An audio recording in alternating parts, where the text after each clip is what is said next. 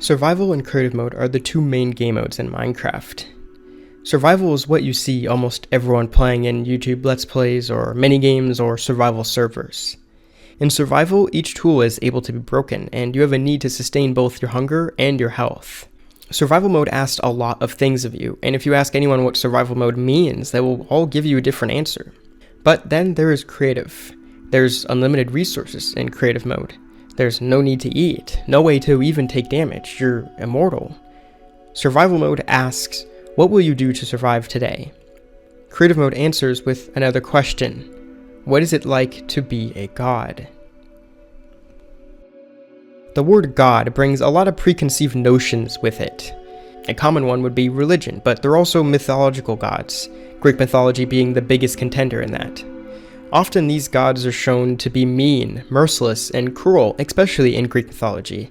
However, creative mode shows us a different meaning of that position. What is a god? Well, surely a god is indestructible, right? They have no need for food, and surely not a health bar. And they can probably fly too. In a way, creative is exactly like being a deity that is higher than everyone else, who controls anything they want. No one can tell you what to do, and you don't have to worry about mortal needs. However, I think Minecraft does a better job of examining and understanding what being so powerful really would be like than any other story before it has. In creative mode, sure, you can place a million blocks of TNT and blow it up. Sure, you can fill an entire cave with lava. And sure, you can torture a bunch of villagers on purpose, for no reason other than because it's funny. But I don't think that's what it's suggesting you do, nor is it encouraging that. You don't have to look any further than the music of creative to see that. Survival mode's music makes you savor every block you place, every movement you make, every new biome you migrate to build a new home. Creative has so many blocks to place, so many options and so much time, that every block is just the step to the next block, and the next, and so forth and so on, forever, until infinity. The music of creative paints the perfect picture of what being a god would really be like. While the soundtrack of survival is nostalgic, cozy at times, and peaceful, the music of creative is lonely. It's sad, and it's almost haunting. And I think that's intentional, very intentional. Again, returning back to what I said previously, if you were a god, sure, you could blow people up and fill their villages with lava and spawn mobs that would destroy them for you, but after a while, you'd just get bored of that. Eventually, as time passes, you will stay the same. The world evolves around you. People you once knew are now thousands of years in the past, and yet, here you still are, stagnant forever. Being a god would mean being immortal and having the gravity of the world and influencing it solely on you. One song in the creative mode soundtrack called Blind Spots is perfect for what would happen after the initial phase of destruction and fun. Blind Spots begins with a very repetitive melody, with notes that go back and forth, back and forth, back and forth, and a very low muted bass that makes it easy to tune out everything around you, almost like everything else doesn't even matter.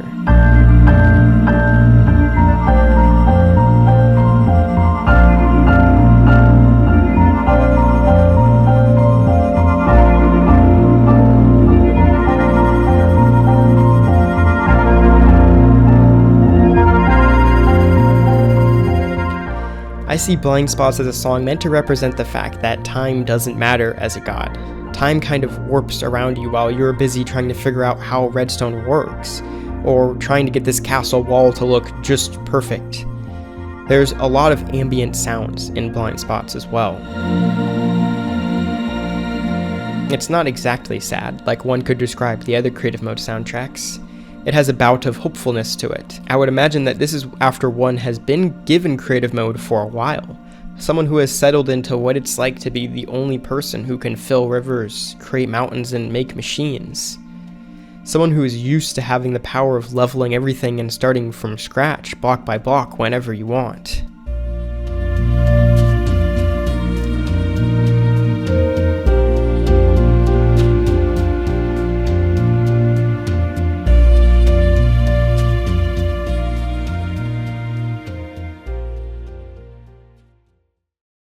Hot Muskie is one of the more hopeful and joyful tracks of the bunch. It starts out with not a lot of sounds, but it slowly grows and grows until it reaches an apex of all sorts of sounds just flooding into each other, like you're waking up with the sunrise ready to build once again.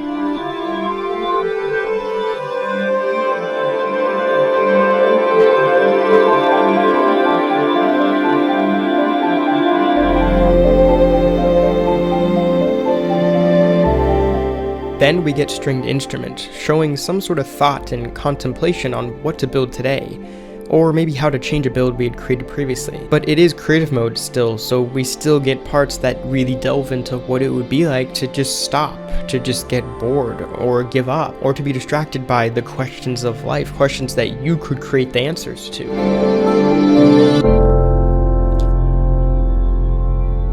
At a certain part of the song, we hear what almost sounds like echoing voices, maybe voices of the past.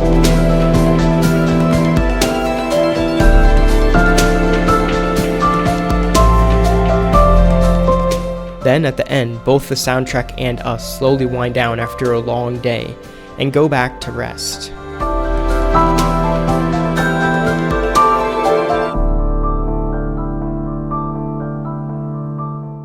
Notice how even in the quote-unquote happiest song in creative mode, it still has notes of longing and sadness at the end, because you're still here by yourself.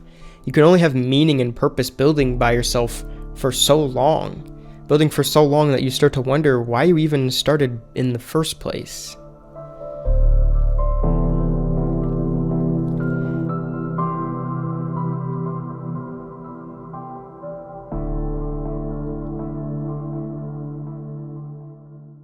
Dryton, in my opinion, one of the more depressing tracks. Over the course of a few minutes, it slowly increases to a faster pace, and it starts layering more instruments on top of each other. But it still sounds like it's calling out in a painful, lonely voice. The sad bongos are still here, but we have a much more hopeful melody to it.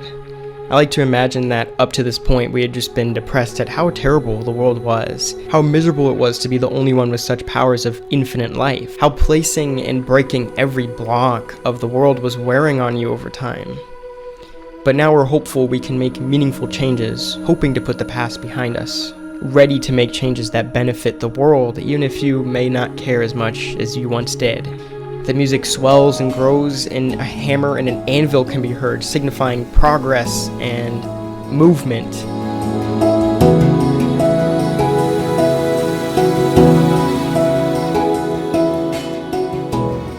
Until suddenly it stops.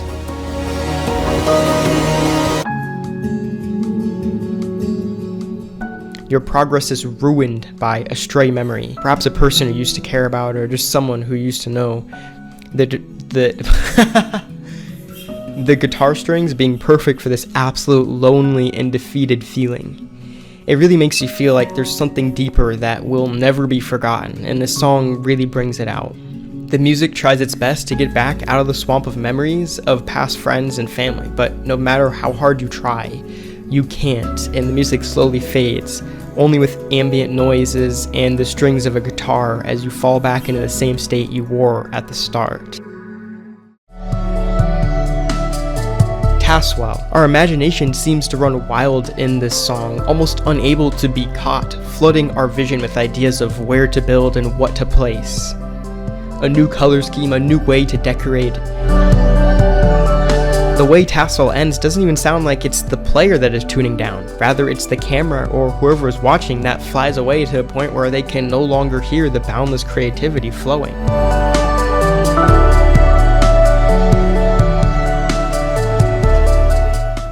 Now, there are other creative mode soundtracks, but I feel that these fit best for what being a god would actually really feel like. It wouldn't be glorious and filled with riches or fame. Perhaps if you were especially kind, you would be showered with compliments, but after thousands of years of being treated this way, you would eventually grow disdain for it. You would try to find purpose in life, but what purpose is there when you're not limited by any factor? Or maybe, as some of the songs suggest, you would overcome that immense weight and build something forever. Every day you would wake up and build. Who knows? Creative mode makes it clear that it's not a fate anyone would want. At least not me.